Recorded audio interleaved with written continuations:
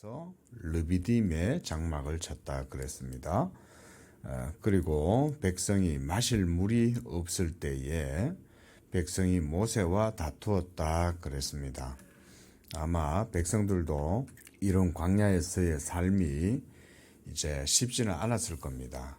그동안 애굽에서 굉장히 박대를 당하고 이러고 살았지만 그래도 어떤 거처를 마련해서 삶을 살았기 때문에 또 그들에게 있어서는 익숙했겠지만 또 이렇게 광야라고 하는 곳에 나와서 이 광야에서 이런 삶을 살다 보니까 또 먹을 물이 없었다. 그 나일강이 옆에 있으니까 먹는 물은 걱정이 없었겠죠. 그런데 이렇게 물이 없으니까 백성들이 이제 모세와 다투었다 그랬습니다. 물 때문에만 다투었겠습니까? 아마 여러 가지 이제 불평들이 쌓여 있었을 거라고 생각이 됩니다. 그래서 우리에게 물을 주어 마시게 해라. 모세가 그들에게 이르되 너희가 어찌하여 나와 다투느냐? 너희가 어찌하여 여호와를 시험하느냐? 지금 이런 모든 이제 출애굽의 과정 자체가 하나님의 섭리고 하나님의 일이잖아요. 그러면 당연히 하나님을 경외함으로 그 하나님을 두려워하고 그래서 이렇게 모세하고 싸울 일이 아니라 하나님께 기도하고 그래서 모세한테도 와서 다투는 자세가 아니라 하나님께 기도해 주십시오. 이렇게 하는 것이 맞죠. 왜냐하면 지금까지 하나님께서 그들에게 보여주신 그런 전능하신 능력, 영광 이런 것들이 지금까지도 있었는데 지금 백성들이 지금 그걸 생각을 못 하잖아요. 이런 게 바로 이스라엘 백성들의 연약한 믿음의 상태였다. 우리가 이렇게 볼 수가 있습니다. 그래서 3절에 백성이 목이 말라 물을 찾음에 그들이 모세에게 대하여 원망하여 이르되 당신이 어찌해서 우리를 애굽에서 인도하여 내어서 우리와 우리 자녀와 우리 가축이 목말라 죽게 하느냐.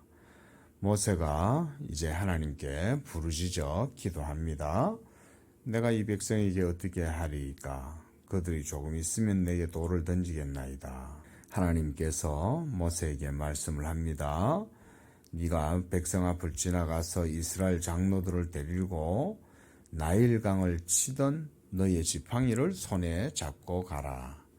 이렇게 하나님께서는 모세가 사역을 할 때 그 미디안 광야에서부터 붙들고 있었던 하나님의 지팡이를 항상 모세의 손에 잡고 가라고 말씀을 합니다. 그리고 내가 호렙산에 있는 그 반석 위에 거기서 네 앞에 서리니 너는 그 반석을 치라. 그것에서 물이 나오리니 백성이 마시리라. 자, 이 6절에 보면 호렙산에 있는 그 반석 위, 이 호렙산 여기에서 하나님이 모세에게 율법을 수여를 해 주시는 거죠. 바로 그 호렙산에 있는 반석, 우리가 이 반석을 그래서 그리스도라고 보는 겁니다. 그래서 우리가 예수님을 나의 반석이신 하나님 여호와 이렇게 말씀하잖아요. 하나님의 율법 그 자체가 바로 예수 그리스도를 보여주고 예수 그리스도에게서 우리에게 이 생명의 물이 나오지 않습니까? 그것이 바로 성령인데 이처럼 모세에게 그 지팡이를 가지고 그것을 치라 하나님이 이렇게 말씀하신 거죠. 7절에 모세가 그곳 이름을 마사 또는 무리바라 불렀으니 이스라엘 자손이 다투었으며 그들이 여호와를 시험하여 여호와께서 우리 중에 계신가 안 계신가 하였음이더라. 모세와 다투었다라고 하는 걸 보면 상당히 격하게 격앙되게 그랬다. 그리고 백성들의 이런 원망과 불평, 다툼은 바로 하나님에 대한 불신앙의 모습이었던 거죠. 그래서 우리 중에 계신가 안 계신가, 지금까지 하나님이 그렇게 했으면 당연히 여기서도 인도한다 이렇게 생각을 하는 게 맞을 텐데 이제 그런 생각을 못하는 거죠. 이런 걸 볼 때 우리가 이걸 보면서 한 가지 주목을 해야 될 점이 뭐냐면, 이 구약과 이스라엘의 가장 큰 차이는 구약 시대에는 아직 성령이 그들 속에 임하시지 않았다는 겁니다. 신약의 신앙은 하나님이 예수를 믿는 자들에게 성령을 그들 속에 주었다는 것, 이게 신약과 구약에 있어서 아주 본질적인 차이라고 할 수가 있습니다. 사도 바울도 율법과 복음을 많이 대조를 시키지 않습니까? 그 대조를 할 때도 그 본질적인 차이가 뭐냐면, 구약 시대 때는 하나님을 믿는다고 하지만 그들이 율법 아래에서 섬겼던 거고, 신약 시대에 하나님을 섬길 때 그들은 복음의 은혜 안에서 하나님을 섬기는 것, 이 두 가지가 신약과 구약의 아주 큰 차이지 않습니까? 그러면 율법 아래에서 섬기는 것과 복음 아래에서 섬기는 것, 이것을 사도 바울은 갈라디아서에서 신의 산 하갈의 자손들을 바로 율법 아래에서 하나님을 섬기고자 하는 자들이라고 비유를 했고, 예루살렘 하늘에 있는 저 예루살렘의 자녀들이 예수 믿는 성도들, 그들이 바로 신약의 예수 믿는 성도들이다, 이렇게 사도 바울이 비유적으로 설명을 해주죠. 그 두 구약과 신약의 신앙의 본질적인 핵심의 차이가 바로 성령을 받았느냐, 성령이 그들 속에 있느냐, 이것이 핵심적인, 한마디로 이게 생명이나 마찬가지인 거죠. 핵심적인 차이입니다. 그러니까 지금 우리가 이제 이 출애굽기에서 특별히 봐야 될 점이 뭐냐면, 이 백성들의 불신앙의 모습을 우리가 유심하게 좀 볼 필요가 있습니다. 왜냐하면 그들은 이제 율법 아래에서 신앙생활을 하잖아요. 그리고 하나님께서는 율법으로 이 백성들과 언약을 맺어서, 그래서 그들과의 영적인 언약의 관계를 이루어 가시는데, 백성들은 예수님이 오셔가지고 성령을 주시는 그때까지 계속해서 이 율법을 어기고 언약을 범하고 하나님께 대적하고 우상을 섬기고 막 이런 범죄를 계속 저지르잖아요. 그러함에도 불구하고 하나님께서는 이 언약의 율법을 통해 가지고 이스라엘 백성들에게 신실하신 또 은혜를 베풀어 주시고, 이게 그래 따지면 구약의 언약의 역사였잖아요. 우리가 이제 또 나중에 보게 되겠지만 사사시대에 또 들어가면 또 계속 그런 일들이 일어나게 되고 이렇게 되는 거죠. 자, 그래서 그게 바로 뭐냐면, 율법 아래에서 하나님의 기적을 보고 하나님의 능력을 체험하고, 우리가 어제도 말씀드렸듯이 그게 바로 이스라엘의 생애 체험, 생애 역사, 하나님의 역사를 경험하는 것은 바로 그들의 생애 체험이었다. 그럴할지라도 그런 것들을 그렇게 경험하고 해도 그들의 속사람이 변화되지 않았을 때 그들이 항상 하나님 앞에서 이런 연약한 믿음의 상태로 남아 있었다는 거예요. 그리고 오늘 하나님도 말씀하시기를 아직 이러한 관계가 하나님과 백성 사이에 온전하게 이루어져 있지 않기 때문에 하나님께서도 그들을 내게 가까이 오지 못하게 해라, 내가 그들을 칠까 하노라, 이러잖아요. 지금 하나님과 백성 사이의 관계가 말하자면 완전하게 온전하지 못한 거예요. 율법이 비록 그들 사이에 있긴 하지만 백성이 함부로 하나님한테 가까이 나아갔다가는 여호와의 거룩하심과 그의 위엄 앞에서, 영광 앞에서 죽임을 당하는 거죠. 그것은 심지어 짐승조차도 오지 말라는 거예요. 뭣도 모르고 짐승 당나귀가 딸랑딸랑 그러면서 그냥 주인이 없는 고비 풀려가지고는 그냥 혼자서 당나귀가 만약에 돌아다녔다. 그러면 큰일 나는 거죠. 그 당나귀조차도 여호와의 그 임재 가운데에 함부로 나아가면 죽임을 당하게 되는 거죠. 그리고 그 당나귀의 죽음의 책임은 그 주인에게 있겠죠. 왜냐하면 주인이 여호와의 그 임재를 두려워하지 않고 그냥 방임해놓고 그냥 아무렇게나 그냥 풀어놓은 거 아니에요. 긴장하지 않은 거잖아요. 긴장을 하고 있어야 되는 거죠.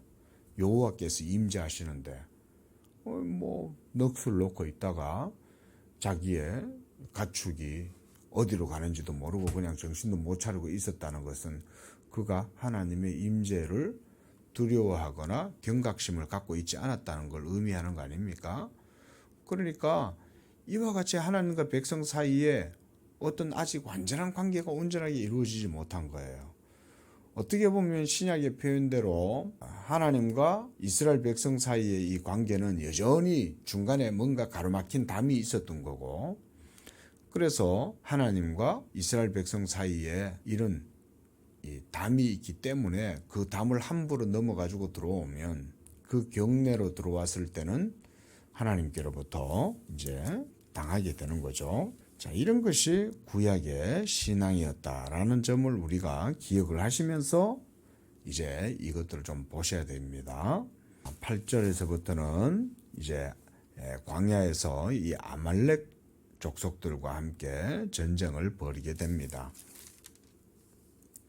그래서 아말렉이 와서 이스라엘과 르비딤에서 싸웠다 그랬습니다. 그리고 모세가 여호수아에게 이제 명령을 내리고 그래서 사람들을 택해서 나가가지고 아말렉과 싸워라. 내가 하나님의 지팡이를 손에 잡고 산꼭대기에 서리라.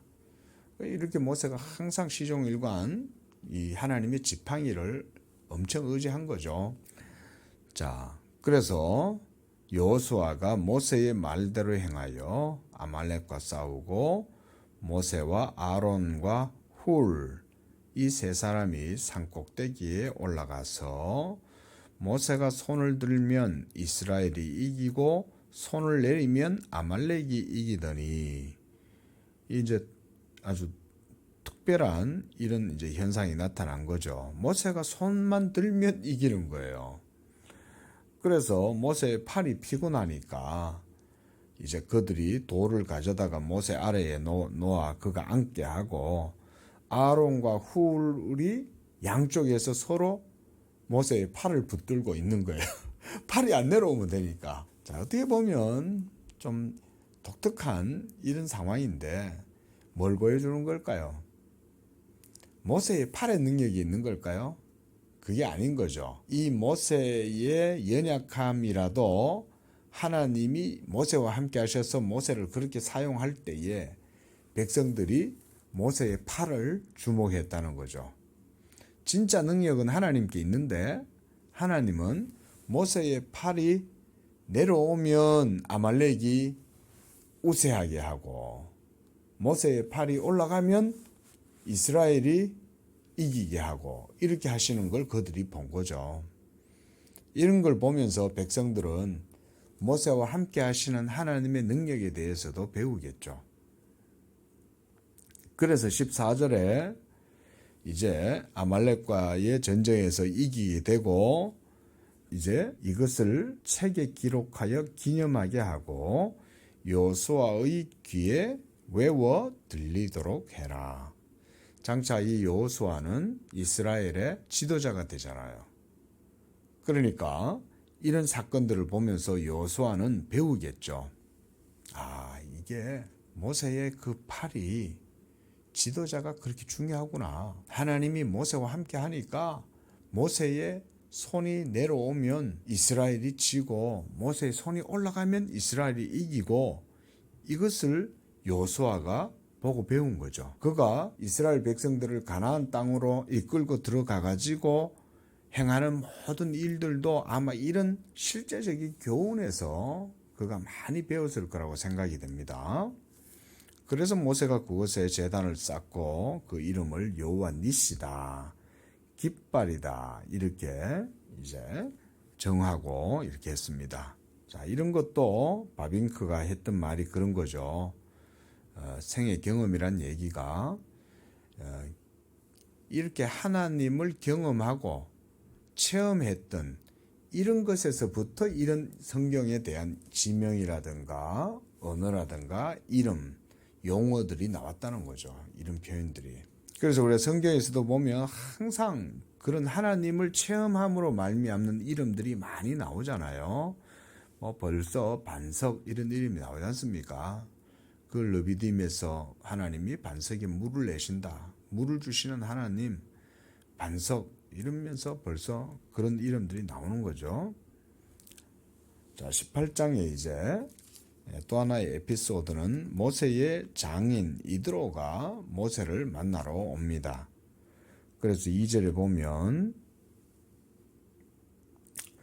이드로가 그 모세가 돌려보냈던 그의 아내 십보라와 또 두 아들 게르솜과 엘리에셀 이 두 아들을 데리고 그 이제 장인이 모세를 찾아왔습니다. 5절에 보면 모세에게 이르니 곧 모세가 하나님의 산에 진을 친 곳이었다 그랬습니다. 하나님의 산이니까 그 산이 그렇게 따지면은 한마디로 아주 중요하고 상징적인 산인 거죠. 하나님이 임재하시는 곳이니까. 그리고 이곳에서 이제 율법도 하나님이 부여해 주시고 그렇게 해서 이 산이 아주 중요한 산이 된 겁니다. 여기에서 모세가 매일 백성들에게 이제 재판을 하고 백성들 가운데 있는 뭐 갈등이나 이런 것들이 이제 있을 거 아닙니까? 서로 같이 모여 있으면 사람이 항상 서로 문제가 되고 뭐 송사가 일어나고 이제 이러니까. 그래서 이제 13절에 이튿날 모세가 백성을 재판하느라고 앉아 있고 백성은 아침부터 저녁까지 모세 곁에 서 있었다 그랬습니다. 모세의 장인이 그걸 보고서는 그러는 거예요. 야, 이 사람아, 자네 뭐 일을 그렇게 하나? 이제 이렇게 얘기를 한 거예요. 말하자면. 왜 그러십니까? 아니, 그 많은 사람들의 일을 잡목까지 어떻게 자네가 혼자서 다 처리를 하는가? 좀 일을 지혜롭게 해서 사람들한테 일을 분배를 해가지고 분담을 시켜. 이렇게 이제 말을 해준 거예요. 그래가지고는 15절에 이제 하나님께 물으려고 백성들이 내게로 옵니다. 그래 16절에 하나님의 율례와 법도를 제가 그들에게 알게 하나이다. 당시에 이런 상황은 어떻게 보면 당연하죠. 모세가 유일한 권세 있는 지도자잖아요. 권위가 있는 지도자니까 백성들이 무슨 일을 물으려고 하면 항상 모세한테 이제 오는 거죠. 그리고 그들은 광야에서 이제 삶을 살잖아요. 이거 어떻게 해야 돼요? 저건 어떻게 해야 돼요? 이제 이렇게 물을 수밖에 없죠. 함부로 이스라엘 진영을 떠날 수도 없고 어디 목축하겠다고 혼자서 멀리 갈 수도 없잖아요. 이스라엘 백성들이. 돌아갈 곳은 자기들이 살던 애굽뿐이지만 애굽에도 돌아갈 수가 없는 거고 그렇다고 해서 함부로 그 어디 주변으로 또 나아갈 수도 없잖아요. 왜냐하면 주변에는 여러 또 이방의 민족들이 살아가고 있는데 함부로 나갔다가는 또 무슨 낭패를 볼지도 모르고 그러니까 이건 뭐 작은 일들 하나까지 모세한테 일일이 다 물어보는 거죠. 그러니까 이 모세가 하루 종일 앉아가지고 백성들한테 이건 저렇게 해라 이건 저렇게 해라 이런 말을 하니까 얼마나 힘들었겠어요. 아마 뭐 밥 먹을 시간도 없었을 거라고 생각이 듭니다. 수백만 명의 사람들의 삶을 다 돌봐야 되니까. 그런데 이 장인이 참 지혜로운 거예요. 이드로가. 그래서 그걸 보고는 이제 17절에 네가 하는 것이 옳지 못하다. 그렇게 하면 안 돼. 이 말인 거죠. 그래서 너와 함께한 백성이 그것 때문에 결국은 다들 기력이 쇠하고 그래서 혼자 할 수 없다 일을. 그러면서 19절에 방침을 그에게 내려주죠. 그러면서 하나님이 너와 함께 하셔서 이 방침대로 모든 일들이 선하게 이루어지게 하실 거다. 이러면서 20절에 그들에게 율례와 법도를 가르쳐서 마땅히 갈 길과 할 일을 그들에게 보이고 너는 백성 가운데 능력 있는 사람들을 택하여서 하나님을 두려워하고 진실하고 불의한 이익을 미워하는 자를 살피라. 자, 여기서 중요한 것 가운데 하나가 뭐냐면 구약의 교회의 제도가 세워지는 거잖아요. 지금. 그런데 이것이 그대로 신약의 교회의 형태로 또한 이렇게 세워지는 거죠. 왜냐하면 나중에도 보면 베드로하고 사도들이 구제하는 일에까지 다 행한단 말이죠. 성령을 받고 나니까 막 공동체가 충만해지고 그러다 보니까 막 여러 가지 의미 있는 일들을 할 거 아닙니까? 말씀만 전할 뿐만 아니라 사도들은 또 구제하는 일도 불쌍한 사람들도 도와주고 성도들도 돌보고 이랬던 거죠. 근데 사도들이 그런 걸 혼자서 다 하려니까 이게 사도들의 여력이 안 되는 거죠. 그때 사도가 이러면 안 되겠다 해서 세운 게 이제 집사들을 세운 거죠. 너희들 가운데 지혜로운 사람, 하나님을 경외하고 믿음이 하나님 앞에서 온전한 사람들을 세워라. 이렇게 해서 세운 게 7 집사가 세워지잖아요. 그 구약의 이스라엘 교회도 마찬가지인 거죠. 이렇게 해서 이제 1000부장, 100부장, 50부장, 10부장 이렇게 이제 세워라. 그래서 각각이 다 이렇게 이제 권역을 나눠주고 분담을 시켜라 이 말인 거죠. 그들이 때를 따라 백성을 재판하게 해라. 그래서 큰 일은 모두 너에게 가져가게 할 것이고 작은 일들은 스스로 재판을 하게 해라. 그래야 일이 쉽다. 아주 지혜로운, 확실히 이제 이 백발이 성성한 노인은 벌써 인생에 지혜가 있는 거죠.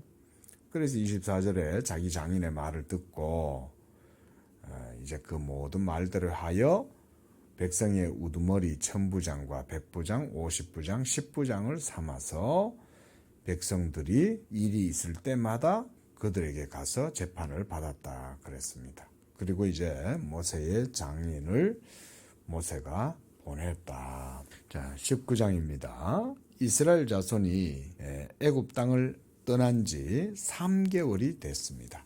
그래서 시내 광야에 이르렀을 때에 3절에 여호와께서 산에서 그를 불러 이르시되 이스라엘 자손들에게 말해라.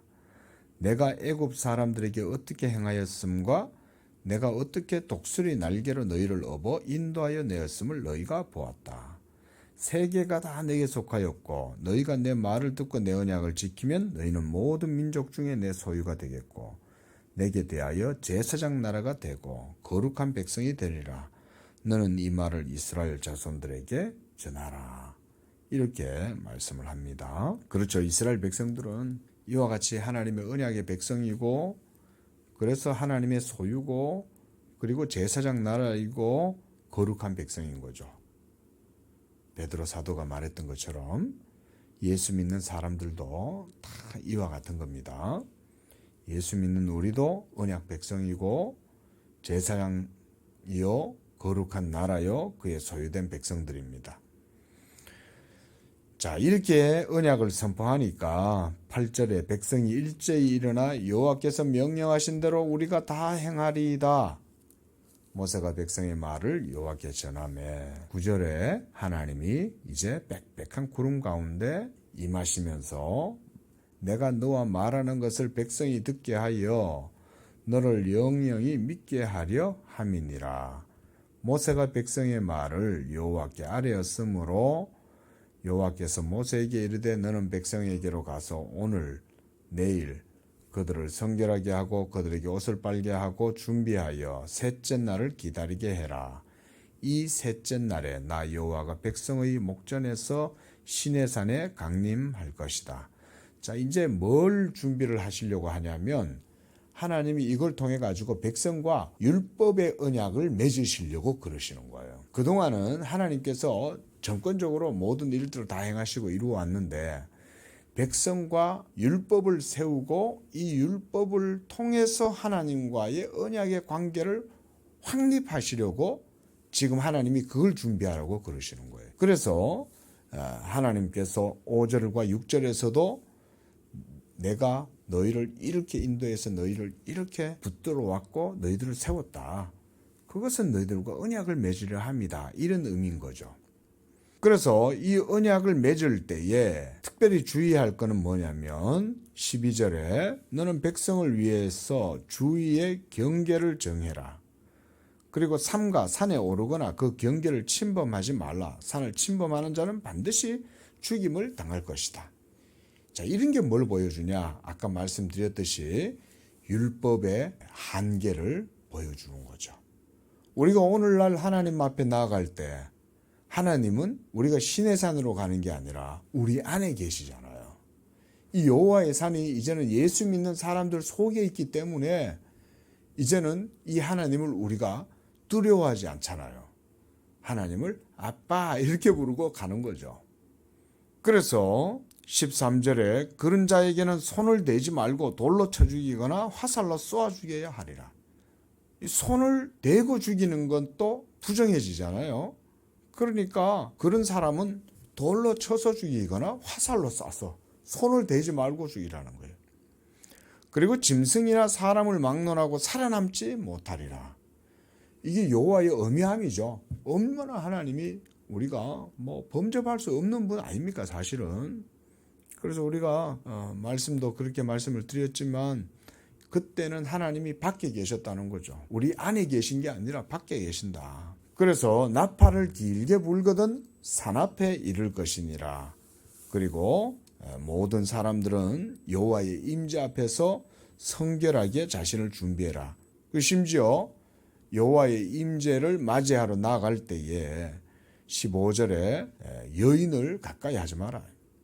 그러니까 이 육체적인 관계조차도 하나님의 그 영광스러운 임재 앞에서 경건하게 성결하게 해야 되니까 육적인 이런 성적인 쾌락들을 즐기다 보면 이 육적으로 또 인간이 부패를 하게 되니까 여인도 가까이 하지 말라. 이 정도로까지 하나님이 지금 그들에게 마음의 준비를 하고 있으라는 거죠. 다 이게 지금 뭘 준비하기 위함이란 겁니까? 율법을 받기 위한 준비를 하나님이 시키는 거예요. 그게 바로 십계명이죠. 이제 20장의 십계명을 이제 받게 됩니다. 이제 셋째 날이 됐습니다. 우레와 번개와 빽빽한 구름이 산 위에 있다. 하나님이 임재하실 때 우레와 번개가 막 와가가가 하고 이렇게 산 위에서 치면서 빽빽한 구름이 산 위에 있고 나팔 소리가 매우 크게 들리니 진중에 있는 모든 백성이 다 떨더라. 이 나팔 어디에서 들렸을까요? 여호와의 임재가 있는 시내산 위에서 이 나팔 소리까지 들리는 거죠. 이것이 천사들의 나팔 소리인 거죠. 여호와가 임재하실 때 천군 천사들도 그 여호와의 임재에 함께 동반되었다는 걸 알 수가 있습니다. 그리고 모세가 하나님을 맞으려고 백성을 거느리고 진에서 나올 때 상 기슭에 서 있는데 시내산의 연기가 자욱하니 여호와께서 불 가운데 거기 강림하심이라. 연기가 옹기가마 연기같이 떠오르고 온 산이 크게 진동하고 나팔 소리가 점점 커질 때 모세가 말한즉 하나님이 음성으로 대답하시더라. 우주 만물의 창조주께서 모세하고 이렇게 음성으로 말을 하는 거예요. 모세야, 제가 여기 있습니다. 그래, 이러면서 하나님이 말씀을 모세에게 이렇게 하면 모세도 말하고, 그래서 모세하고 직접 사람과 친구와 대화하듯이 이렇게 하나님과 모세가 대화를 하는 거예요. 자, 새벽이라서 길게는 설명을 못 드리지만 한 가지 중요한 건 뭐냐면 하나님이 모세를 율법의 대표자로 상징적인 인물로 이렇게 부각시켜 주는 거다. 저는 이렇게 보고자 합니다. 왜냐하면 율법이 엄청 중요하잖아요. 이렇게 중요한 율법인데 하나님이 모세를 매개로 해서 하나님의 율법을 주시면서 이 이스라엘 백성들에게 율법에 대한 이런 신앙을 그들에게 각인시켜 주는 거죠. 그리고 모세만큼 대단한 사람은 없다. 하나님과 직접 대면해서 보고 대화하는 사람 아니냐. 그게 사실은 모세를 부각시키기보다는 율법 자체가 그만큼 중요하기 때문에 그렇게 하시는 거죠. 물론 하나님이 모세를 쓰시니까 모세도 중요하지만 그게 더 중요하다. 우리가 이런 점을 좀 주목을 해야 됩니다. 자, 그래서 23절에 보면 이렇게 주위에 경계를 세워서 산을 거룩하게 하라. 왜냐? 율법이 주어지기 때문에. 그래서 거룩하게 하라는 거예요. 이 율법을 하나님이 엄청 강조하심으로써 이스라엘의 역사에서 이 율법이 이제 그들의 모든 신앙의 중심으로 딱 자리매김하는 거죠. 하나님이 이렇게 세밀하게 모든 일들 하나하나를 다 행하시는 거예요. 그리고 내가 그들을 칠까 하노라 말씀드렸듯이 하나님과 이스라엘 백성 사이에 여전히 말하자면 건너기 힘든 간극이라는 게 존재하는 거예요. 그래서 이걸 제가 초대에도 말씀드렸듯이 신약의 성령 받음과 구약의 아직은 성령 받지 못함, 그 차이가 이렇게 크다 이 말인 거예요. 예수 그리스도가 모든 의를 이루셨으므로 성전의 휘장이 찢어져서 이제는 누구든지 하나님의 지성소로 나아갈 때 그 휘장 사이로 갈 필요가 없는 거죠. 휘장이 없어져 버렸으니까. 지금 신약의 성도들이 하나님을 예배할 때 우리가 대제사장이 있어갖고 그 휘장 뒤에 있는 하나님을 만나는 게 아니잖아요.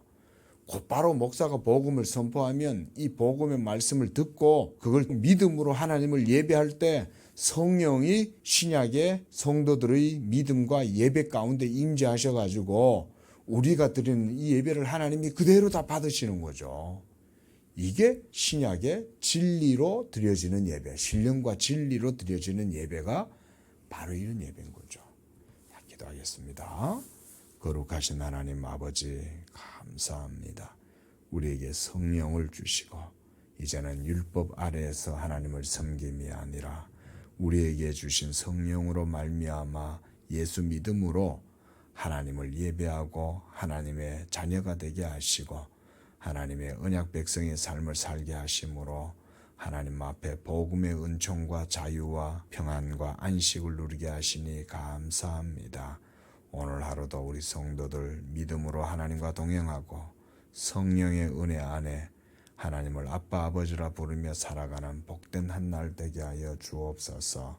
예수님의 이름으로 기도합니다. 아멘.